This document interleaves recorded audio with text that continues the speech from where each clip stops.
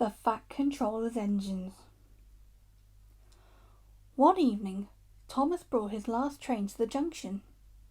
He went for a drink. "I'm going to the big station," he said to Percy and Toby. "So are we," they answered. "Do you know," Percy went on, "I think something's up." Toby looked at the sky. "Where?" "Down here, silly," laughed Thomas. "How?"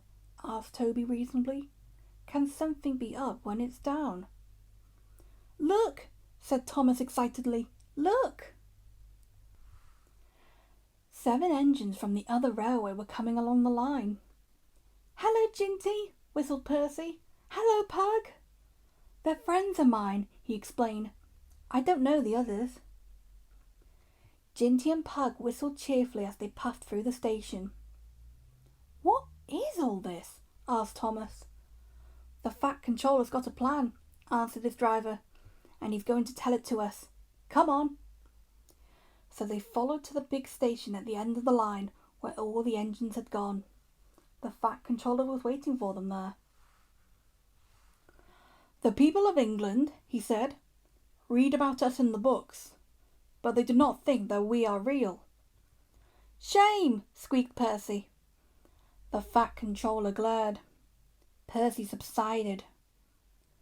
"So," he continued, "I am taking my engines to England to show them." "Hooray! Hooray!" the engines whistled. The Fat Controller held his ears. "Silence!" he bellowed. "We start the day after tomorrow at 8 a.m. Meanwhile, as these engines have kindly come from the other railway to take your place, you will show them your work tomorrow."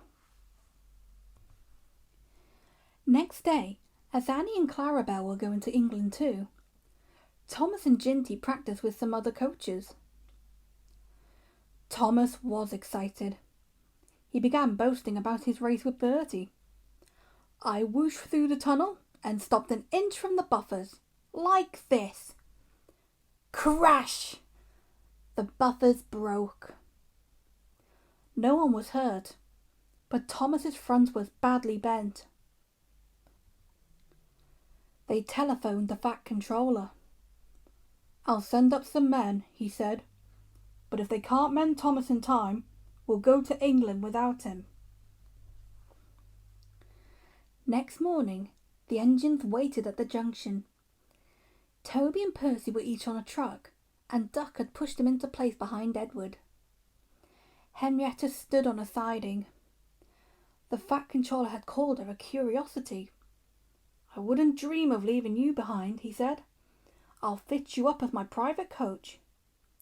She felt very grand. Gordon, James and Henry were in front. They whistled impatiently. The Fat Controller paced the platform. He looked at his watch. "1 minute more," he said, turning to the guard. "Peep, peep, peep," whistled Thomas, and panted into the station. Annie and Clara twittered anxiously. "I hope we are not late. It isn't quite 8. "Thomas," said the Fat Controller sternly, "I am most displeased with you. You nearly upset my arrangements." Thomas, abashed, arranged himself and the coaches behind Duck without saying a word. The Fat Controller climbed into Henrietta. The guard blew his whistle and waved his flag. The engines whistled, "Look out, England! Here we come!" and the cavalcade puffed off. The engines stood side by side in a big airy shed. Hundreds of people came to see them and climbed in and out of their cabs every day. They liked it at first, but presently felt very bored and were glad when it was time to go. The people along their line put the flags out and cheered them home. "We are glad to see you," they said, "though others did their best, but they don't know our ways. Nothing anywhere can compare with our Fat Controller's engines."